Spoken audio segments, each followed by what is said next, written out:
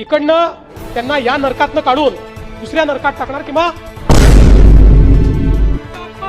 नहीं सहेंगे, नहीं सहेंगे, धारावी का अपमान नहीं सहेंगे, नहीं सहेंगे, धारावी का अपमान नहीं सहेंगे। माफी मांगो, माफी मांगो, माफी मांगो, माफी मांगो, माफी मांगो, माफी मांगो, माफी मांगो, माफी मांगो, माफी मांगो, नहीं सहेंगे, नहीं सहेंगे, धारावी का अपमान नहीं सहेंगे। धारावी बचाव आंदोलनाचा विजय असो, धारावी बचाव आंदोलनाचा विजय। महाराष्ट्र विधानसभा और विधान परिषद का बरसातकालीन अधिवेशन है।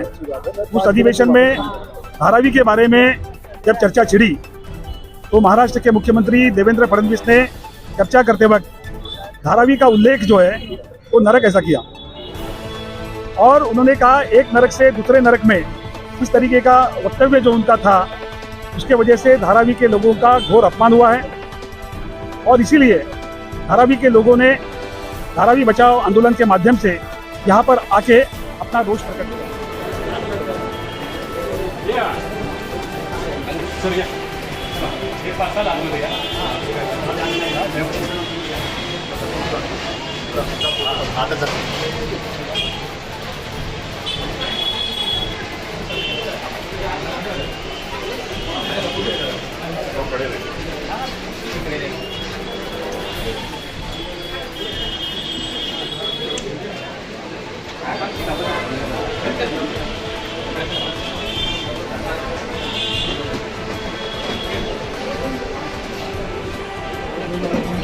हा पहिला प्रकल्प आहे कारण इनएलिजिबल लोक पुष्कळ आहे आणि आपण एकात्मिक प्रकल्प करायचा ठरवला आणि तिथले हे इनएलिजिबल काढून कुठेतरी टाकले तर ते दुसरीकडे खोपडीच तयार करणार आहेत ते काही कुठे जाणार नाही। त्यामुळे आपण इकडनं त्यांना या नरकातनं काढून दुसऱ्या नरकात टाकणार किंवा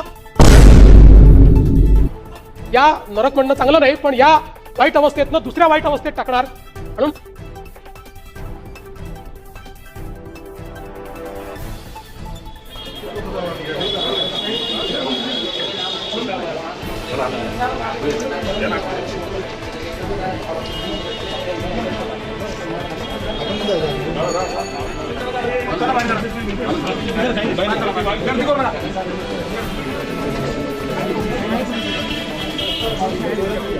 हमारा कहना है कि धारावी कोई नरक नहीं है।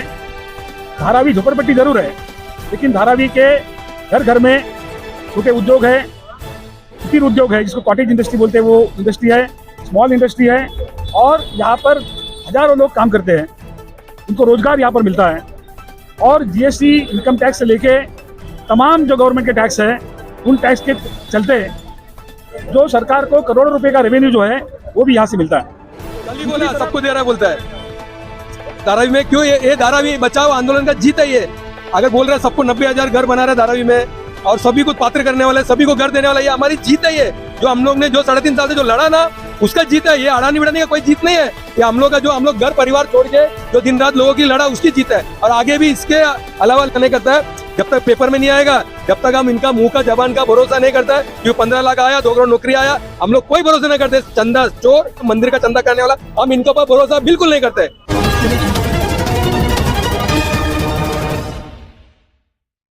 हमारे heart of Mumbai news channel को सब्सक्राइब करें और बेल आइकन। क्या कहेंगे जिस तरीके से आज हमने देखा है कि धारावी में फिर से धारावी बचाओ आंदोलन का एक एलिगेशन आया है, अच्छा क्या क्या बातें हो चुकी जिस विषय को लेकर आप लोगों को यहाँ आना पड़ा?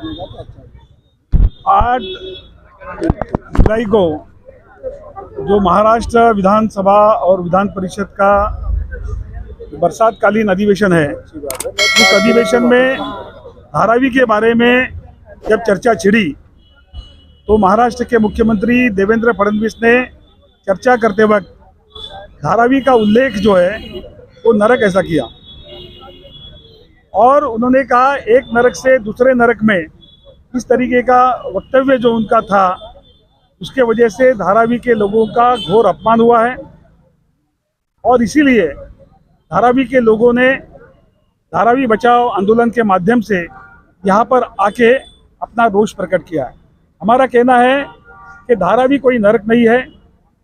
धारावी झोपड़पट्टी जरूर है लेकिन धारावी के घर घर में छोटे उद्योग है, कुटीर उद्योग है जिसको कॉटेज इंडस्ट्री बोलते हैं, वो इंडस्ट्री है, स्मॉल इंडस्ट्री है और यहाँ पर हजारों लोग काम करते हैं, उनको रोजगार यहाँ पर मिलता है। और जीएसटी, इनकम टैक्स से लेके तमाम जो गवर्नमेंट के टैक्स हैं, उन टैक्स के चलते जो सरकार को करोड़ों रुपए का रेवेन्यू जो है वो भी यहाँ से मिलता है। दूसरी तरफ देवेंद्र फडणवीस की जो महायुति की जो सरकार यहाँ पर है, देवेंद्र फडणवीस के नेतृत्व में जो महायुति की सरकार है, उस सरकार ने धारावी के लोगों को कचरा पट्टी में, मतलब असल में जहाँ पे नर्क है वहाँ पे भेजने का साजिश ये डीआरपी के तहत जो है उनका चालू है। और इनका जो पूरा रवैया है, एक तरफ वो जो है उनके खिलाफ या उनके सरकार के पॉलिसी के ऊपर जो लोग टीका करते हैं उसको बोलते हैं कि महाराष्ट्र का अपमान होता है। एक तरफ वो धारावी के लोगों का घोर अपमान करते हैं और इसीलिए हमारा विरोध करने के लिए हम यहाँ पर आए हैं। हमने हमारा निवेदन जो है वरिष्ठ पुलिस निरीक्षक सोएस्कर साहब को दिया है। हमारा निवेदन ये महामहिम राज्यपाल उनके नाम पे था। हमने उनको कहा है कि ये निवेदन, क्योंकि धारावी में सरकारी ऑफिसर आप है, तो आपके माध्यम से ये राज्यपाल को दो और देवेंद्र फडणवीस ने धारावी के जनता की जाहिर माफी मांगना चाहिए, ऐसा मांग हमने यहाँ पर किया है। धारावी का अपमान नहीं सहेंगे, नहीं सहेंगे, नहीं सहेंगे, धारावी का अपमान नहीं सहेंगे, नहीं सहेंगे। धारावी का अपमान नहीं सहेंगे। माफी मांगो, माफी मांगो, माफी मांगो, माफी मांगो, माफी मांगो, माफी मांगो, माफी मांगो, माफी मांगो, माफी मांगो, माफी मांगो। नहीं सहेंगे, नहीं सहेंगे। धारावी का अपमान नहीं सहेंगे। धारावी बच्चा आंदोलनाचा विजय असो, धारावी बच्चा आंदोलनाचा विजय असो। जिस तरीके से आज आपका डेलीगेशन आया है, अंदर क्या बातें हुई यार, आपका निवेदन दिए तो आपने कुछ आज आपको कुछ निवेदन दिए, इसके बाद आप लोगों का क्या आप अंदर बात की है, ऐसे क्या बात है?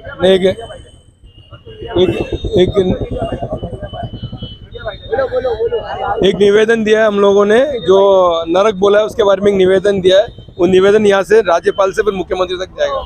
हमने सुना है कि आंदोलन की प्रक्रिया शुरू होने वाली है धारावी बचाओ आंदोलन के माध्यम से, ऐसा कुछ है क्या? नहीं, आंदोलन रद्द नहीं किया, हम लोग थोड़ा सा डिसीजन अलग लिया, निवेदन यहाँ के देंगे बोल के, तो उधर का प्रोग्राम हम लोग इधर ही किया, बस उतना ही किया है। धारावी के बारे में आंदोलन होगा और धारावी बचाओ आंदोलन के बारे में और ये सरकार के खिलाफ तीव्र आंदोलन होएगा। जिस तरीके से धारावी बचाओ आंदोलन की धारावी के विषय को लेकर लड़ रही है, यहाँ पे लोग एसआईआर में परेशान है। हमने सुना है कि लोगों के घर पे अडानी ग्रुप ऑफ कंपनी के माध्यम से नोटिसें वगैरह दी जा रही है। लोग एसआईआर करवाए या फिर अडानी का सर्वे करवाए? अडानी ये सब जाने वाला है, टेंशन मत लो, ज्यादा दिन दूर नहीं है, कुछ उंगलियों के गिना थोड़ा दिन है। ये सब है ना, ईस्ट इंडिया कंपनी भी आया था इंडिया में, ये अडानी थोड़ा दिन का मेहमान है। अभी देखो सबको दे रहा है बोलता है, कल ही बोला सबको दे रहा है बोलता है। धारावी में क्यों ये धारावी बचाओ आंदोलन का जीत है ये। अगर बोल रहा है सबको 90,000 घर बना रहा है धारावी में और सभी को पात्र करने वाला है, सभी को घर देने वाला है, ये हमारी जीत है। ये जो हम लोग ने जो 3.5 साल से जो लड़ा ना, उसका जीत है ये। अडानी बिडानी का कोई जीत नहीं है ये। हम लोग का जो हम लोग घर परिवार छोड़ के जो दिन रात लोगों की लड़ा, उसकी जीत है। और आगे भी इसके अलावा, लेकिन हम इनका ये लोगों का भरोसा नहीं करता है। जब तक पेपर में नहीं आएगा, जब तक हम इनका मुंह का जबान का भरोसा नहीं करता है कि 15 लाख आया, 2 करोड़ नौकरी आया, हम लोग कोई भरोसा नहीं करते। चंदा चोर, मंदिर का चंदा करने वाला, हम इनके ऊपर भरोसा बिल्कुल नहीं करते।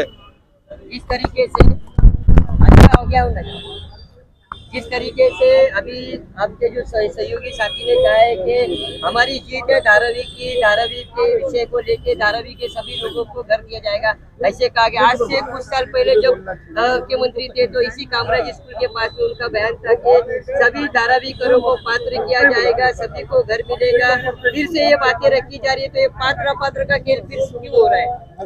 सरकार चलानी है तो उनको पात्र अपात्र का खेल करना ही है, मगर जब तक धारावी बच्चा आंदोलन यहाँ पे धारावी में मौजूद है, धारावी बच्चा आंदोलन का एक एक कार्यकर्ता यहाँ पर जिंदा है, तब तक धारावी के लोगों को किसी बात के डरने की गुंजाइश नहीं है।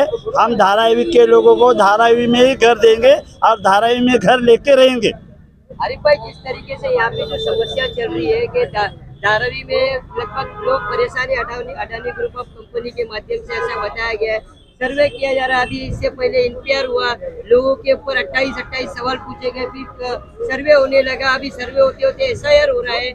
एसआईआर करवाए लोग के, अडानी ग्रुप ऑफ कंपनी के सर्वे करवाए, लोग यहाँ के कंफ्यूज हो चुके हैं। देखिए, सब में पहला एसआईआर की मुद्दत भी कम है। ऐसा है कि सब में पहला ये गवर्नमेंट धारावी को ख़त्म करना चाहती है। अभी मुख्यमंत्री ने जो बताया कि नर्क यानी जहन्नम, यानी ये क्या जहन्नम के सब, यानी ये जितने भी जमा हुए क्या जहन्नमी लोग हैं। हाँ, तो ये किधर तो भी गलत बात है। और रहा सरकार की, बोलते हैं ना, एक तो एसआईआर की एक मार, वो तो है ही, इतने इतने सबको डॉक्यूमेंट 2002 के सबके पुरावे लेके आओ, या 2002 में मतदाता यादी में नाम होना चाहिए। उसके बाद जिसका नाम नहीं है तो उसके लिए बर्थ सर्टिफिकेट लाओ। बर्थ सर्टिफिकेट के लिए भी वो किरीट सोमैया वहाँ पे जाके बीएमसी में वो एक अलग तमाशा करता है कि लोगों को बर्थ सर्टिफिकेट मत दो।